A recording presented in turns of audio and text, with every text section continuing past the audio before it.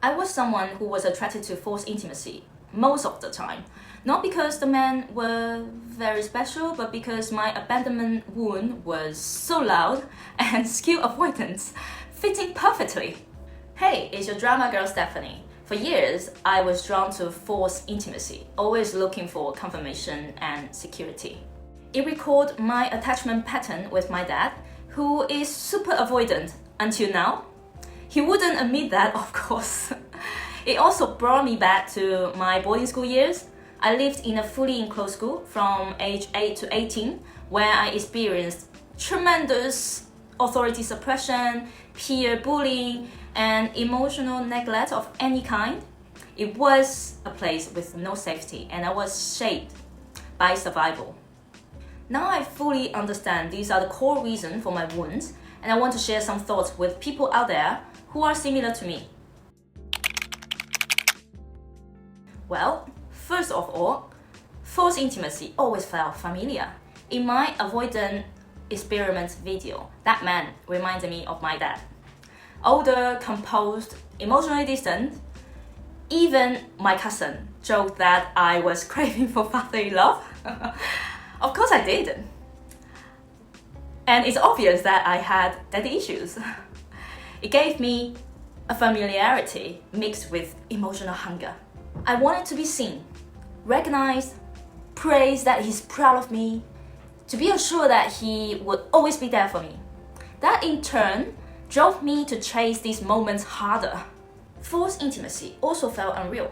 I've met seniors or colleagues who were overly friendly at the start, then turned manipulative when I became too visible, and my existence became too conspicuous. I felt unreal because for someone being bullied for years, me, this kind of niceness felt suspicious. I still returned with the same level of niceness though, but ended up being stabbed in the back. And yes, it was terribly familiar again. Back to avoidance. The way they create the intimacy illusion is to mirror you. Your softness, your emotional intelligence, your stability. Many of them actually do this unconsciously. And I believe deep down in their hearts, they crave for real intimacy too.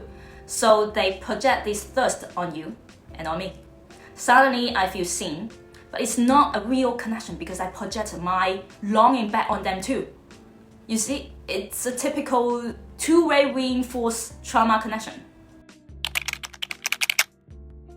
When I describe myself as soft, I mean I used to be a big people pleaser and someone who never spoke up or caused any trouble. Growing up with an avoidant dad, an anxious mom, and spending 10 years in isolation at boarding school, I learned to earn love and put on 10 layers of hyper-independence.